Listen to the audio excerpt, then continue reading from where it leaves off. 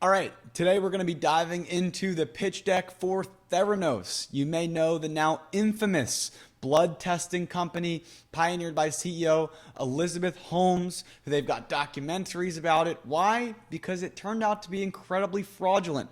The now disgraced founder is in jail and the company is bankrupt. But they raised over $1 billion, $1.4 billion in funding across 10 different rounds, including debt financing later after her exit. So I wanted to dive in and figure out what was the earliest deck we could get our hands on and what were they pitching to investors to get them interested. This is June 1st, 2006. They had already raised a Series B financing round for $9.1 million from ATA Ventures leading that round. In February, they are going on to raise a $28 million Series C in November of 2006, just a few months after this deck was presented. So first off here, the logo is different. This was before their more recent rebrand to a more modern style of logo. I actually kind of like this style of imagery that's a little bit more graphic in terms of depicting the company. We now have really modern logos for every company. I just think it takes a little personality out of the thing. But before we dive into all the juicy stuff going into this pitch deck, I do want to note that I'm going to be trying to pitch this from a perspective presuming that this information is correct. It turns out that a lot of this information may have not been correct, and so a lot of this may be wrong. I'm not trying to pitch fraud. I recognize a lot of this might be wrong, but I have no idea, certainly about the underlying technology of biomechanics. So we're going to assume that this is correct and walk through what an investor might have seen in this deck that got them interested. Let's get into it. All right, so here's our deck for Theranos. As I said, I like this logo quite a bit. And before we dive into the deck here, I do want to note that in the description of this video is a link to schedule a call with me. If you want to get on a call, talk business strategy, potentially have your deck or your company featured on a workshopping session here on the channel, definitely let's get on the horn and discuss it a little bit more. All of the links are in the description for this deck as well. So, and my social media, you can follow me on Twitter to reach out there if you want to know more. And leave in the description below a company you want me to dive into next, see what I can track down with respect to some of the earlier funding decks. So let's dive into it. This is 23 slides. This is Theranos. They are presenting to investors. I think that her whole pitch here was very formal. It was very professional.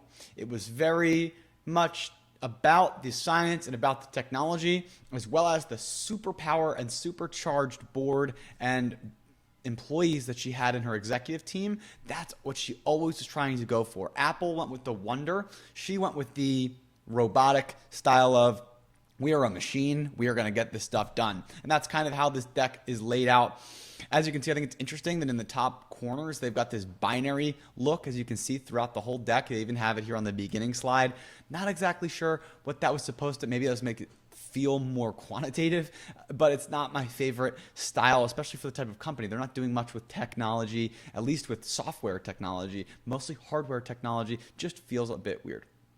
But going into it, they're talking about their goal, right? Their goal is to improve the efficiency of therapy, of every therapy.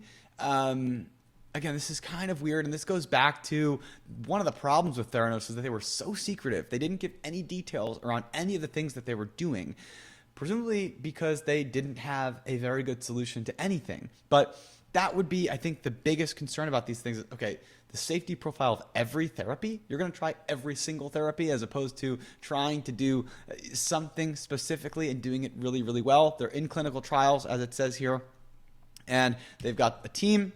Today, she does a good job here of walking through the business financials of what they've got going on. I think that this is pretty important, and a lot of founders tend to try to shy away from really diving into the cold, hard numbers. That's what they came out with strong here, which gave really good momentum, and it captures the attention of the investors. You start out with some strong points about where your company's at. This is now a Series C company, or they're raising their Series C. So this is a company that's projecting confidence, projecting success in the verticals that they think that they understand, they know. They've got 6 deals in the pipeline in validation phase. They've got 6 that are in their phase 4 trials. And then they've got this revenue projection over the next 1.5 years from 120 to 300 million. Later on, they talk about government contracts, right? That's something pretty important because those are really high quality contracts, great revenue. I think the quality of the revenue is pretty important, and they do a good job of demonstrating that here. However, I do think that the part of this that I would ask the most questions around is where they're getting the existing deals figure of 1.5 billion in revenue. Potentially that's in their pipeline, but a lot of companies give their pipeline figures as if that's really going to convert, and I'm not totally sure. So I think that I would really want to get to know where they came from that number. That would be where I would dive in on a diligence perspective to better understand where they're projecting those numbers. It's also interesting that they have that 120 number in existing deals and in the revenue in the next 1.5 years. So they're really confident in that 120 million in revenue. I think that I would want to dive into exactly where that's coming from, because considering how confident they are in it, if there's any level of doubt, that would be a red flag for me, I think, because they've put it multiple times here in their slide deck. And so talking about management, this is what we talked about. Great team. They've got a lot of background, a lot of credentials. I think the biggest risk factor is actually the CEO, Elizabeth herself, because of the fact that she dropped out of Stanford very early in her career. What does she actually know about building biotech companies? And it doesn't seem like it's enough to just bring in smart supporting cast. Most of these types of technologies really need a CEO that really understands the underlying build and is focused on doing that. Seems like that was probably a big problem here. She was great at raising money, great at pitching a narrative, not great at building a product. And when you're talking about biotech, that's really everything. You can see the board as well. Really successful people. ATA Ventures, who led the Series B, who then follows on in the Series C, is on the board. She's got, Donald Lucas, who presumably helped raise quite a bit of money for her. And then they talk about their system. So they go back and forth. There's a bunch of slides walking through the technology here. I'm going to skip a lot of this because, quite frankly, it doesn't make a ton of sense to me. I don't understand a lot of this stuff. And also, as we know, a lot of it may not have actually been real. A lot of it may have been projected. I think this is a funny slide in their value proposition piece because it says remove black boxes. Black boxes meaning like that hidden technology that doesn't showcase what's actually going on, when that's exactly what they ended up doubling down and leaning into, was creating more black boxes and preventing anyone from knowing anything about the company. They famously wouldn't show anybody any of the technology, not even the pharmaceutical companies that they partnered with or the pharmacies that they worked with even knew what was going on inside of the technology, which is why they got away with it for so long. And so they also have this increased compliance thing here when many times they were in violation of compliance standards. Here's another slide. They're talking about chemotherapy, which again is intravenous. It's a treatment, but definitely not where they eventually tried to pivot the narrative, which is why I think she was so good at spelling this narrative, but they never really had a great grasp over what problem they were actually trying to solve. It seems like a lot of this stuff is just all over the place. And so that's really what they were trying to figure out here, and really never got there. But with fancy graphs, I'm sure a lot of this stuff was legitimate testing, legitimate data, but no one in their network really understood what they were actually doing because they didn't give them the full picture. You had to trust it. They operated with some level of FOMO or some level of time constraints, forcing investors to make decisions quickly so that they couldn't get the answers that they wanted, and people didn't want to be left out. Talking about clinical trials here, this is notoriously a difficult phase to get through because you might not get it to market. But if you do, it presents a huge opportunity. There's a lot of biotech investors. It's very much a super high risk, super high return style of model. And that's where they're going with here. I think that you'd really want to try to understand where these financials are coming from. Average Theranos revenue per trial is $50 million. That's a lot. That helps maybe explain where they got their revenue projections at the beginning here, is if they just kind of extrapolate how many trials they're going to do. And that's where they were going. They addressed the market here as well with $39 billion in phase 4 clinical trials. So this is the classic, total available market sizing slide. They do have another slide here talking about preclinical market and what that looks like and the markets that they can break into. So I think that this all makes sense to me in terms of identifying the markets, but because they're a Series B, Series C company, I think you want to see exactly how they're going to be penetrating those markets. Are you in this market already? How are you going to scale to the opportunities that you think that you are? Maybe she was saying this in the actual pitch. Maybe there was a lot of additional information that we don't get just from the deck, which would make a lot of sense. Then they talk about her own value proposition. They want to charge fees for a lot of their services, and they've got 70% margins, which is great. Margins are a great way to demonstrate the success of your company because it shows that you understand the product that you're making. You've sold your product enough to evaluate many people or many customers using it. And then, of course, it helps you extrapolate where your future revenue might come from, because if your margins are high, then you just need to get as many customers as possible to scale that business and make a lot of profit. Obviously, the higher the margins, the better.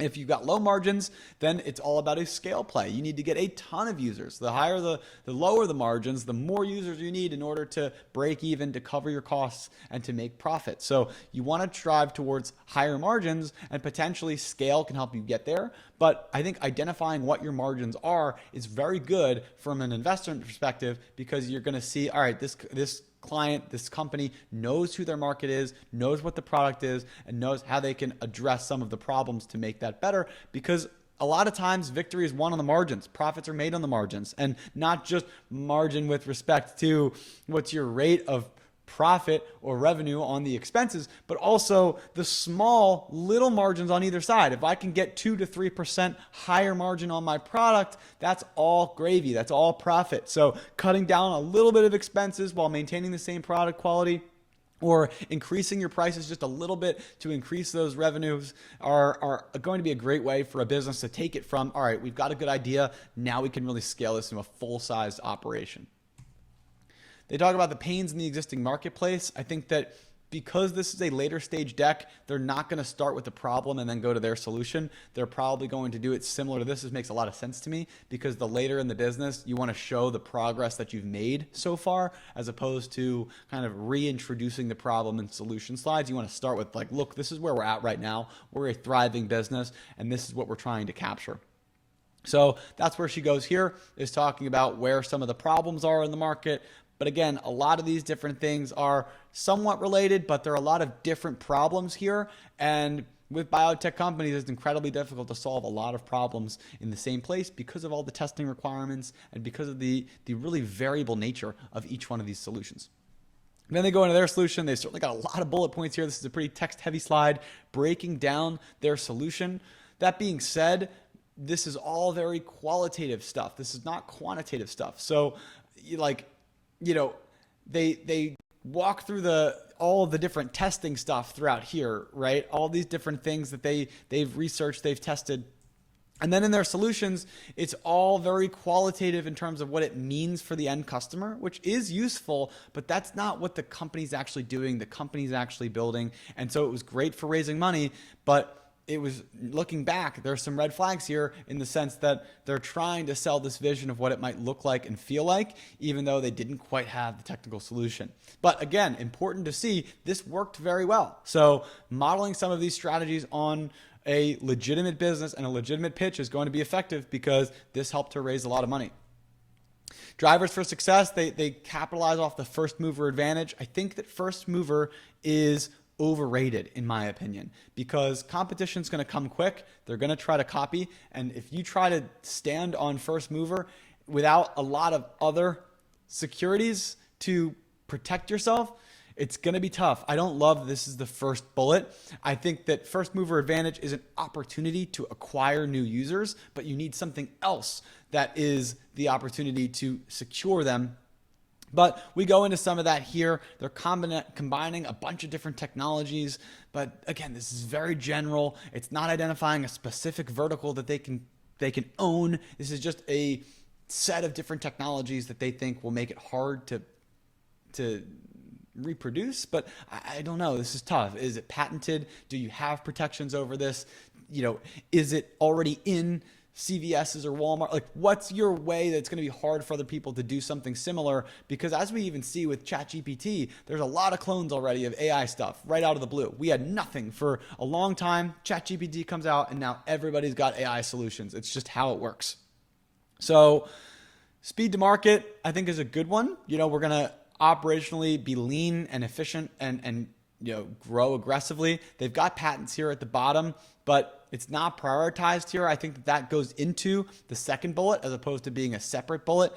And then, again, a lot of this is good. It all sounds good, but as we look back with the benefit of hindsight, there's not a ton of substance here on what their real drivers for success are. Is their driver for success the most effective product on the market, the highest return, or the highest percentage of successful cases, or the most efficient product, or the cheapest one on the market, or owned patents on the product, or published studies suggesting that our technology is the best, or unit economics that are better than everybody else, or supply chain dynamics. There are serious constraints around materials needed for this, and we own that pipeline already. There's a lot of different things that you can use as a competitive advantage, and I'm not sure that a complicated product is that answer.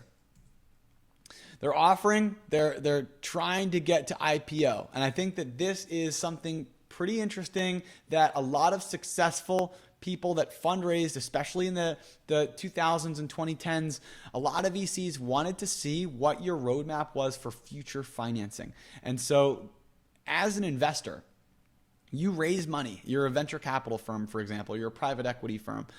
You have a lot of money that you need to invest. You can't just sit on it. You're mandated by your investors to generate a return. So you need to see that there's an opportunity for return in an investment that you're making. So a lot of these types of investors are very interested in seeing what is the plan to get me my return. They're not just doing this for you. This is not just charity. They're an investor trying to make profits. So what is your strategy to get there? Does that mean you're trying to get acquired by a corporate client that you have and you're positioning yourself for acquisition? Is this because you're trying to get to IPO? At least if you're earlier stage than this, are you planning to raise more money? And what are your relationships there? What is your plan for that? How do you see this going over a period of time? What is the strategy there? Are you trying to buy the investor out? What are your ways of doing that? What are your strategies around future financing? I think is an important step that not a lot of founders think about. And that's what the priority and the driving factor is going to be for an investor. Do I think that this is going to net me a return? Not only is it a good company that has the potential to make a return, but do they have the right strategy in place to actually get there?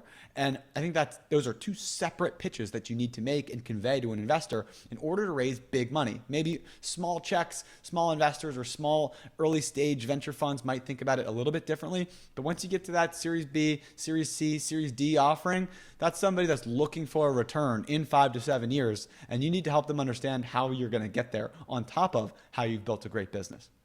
They wanted to raise $30 million. And this is kind of interesting. I think a lot of people, when they raise funding rounds, they neglect the investor relations side of the business in terms of keeping your current investors up to date on what's going on. And because you've already taken the check, whatever, I don't need to talk to them. But as you can see in her round, she was planning to save half of the round for her existing investors to reinvest. And it actually ended up happening that way. ATA Ventures, who led the Series B, ended up coming in a big way in the Series C, not only being on the board. So you need to keep your investors involved. If you bring on an investor, they're joining your investor team. That means you should keep them in the loop. Maybe that doesn't mean you talk to them every day or every week, maybe not every month, but sending them email updates, letting them know the progress of your company, letting them know the plan, the roadmap, how you see scale happening, and keeping them updated when things don't go great. I think this is potentially somewhere where Theranos struggled, is she was unwilling to admit when she was struggling, when she had failures, when things weren't going her way, instead trying to pretend that all is good. And sometimes investors are there to support you when things aren't going great. And the more honest you can be, the earlier, the better. She talks about her investor profiles. This is, I think, a good point of legitimacy for her. It was able to allow the company to feel like they had a lot of serious backers. Other investors might be impressed by the types of people on the cap table, maybe wanting to network or be involved, be associated with those types of investors. It became very much a status symbol to be in the Theranos round. They use that to their advantage significantly. You can do something similar, at least by sharing who else is investing, who else is participating. And again, think about your investors like your investment team, not necessarily somebody outside the firm trying to get you. And then the last two slides here, they're talking about their system. Again, presumably she would have some good pitch here on what all these graphs mean. And then finally, there are some results here. This is almost what we look at from the appendix style of slides. And that's the pitch. That's what she went with. She raised 28 million in her Series C in November 2006. They closed the round, raised another $1 billion on top of all of this, plus more, and then she went to jail. So nobody knows what of this is real, what of this is fake, but all we do know is that it was successful in raising her round. And you can take some of these strategies, certainly not the fraudulent ones, but understand what was compelling to investors in this pitch and try to model your pitches similarly. So with that, leave a comment. Let me know what you think about this pitch. And if you want me to look through other people's decks, other companies' decks, and get in the description, get on a call with me if you want to talk more about business strategy. And I'll talk to you next time.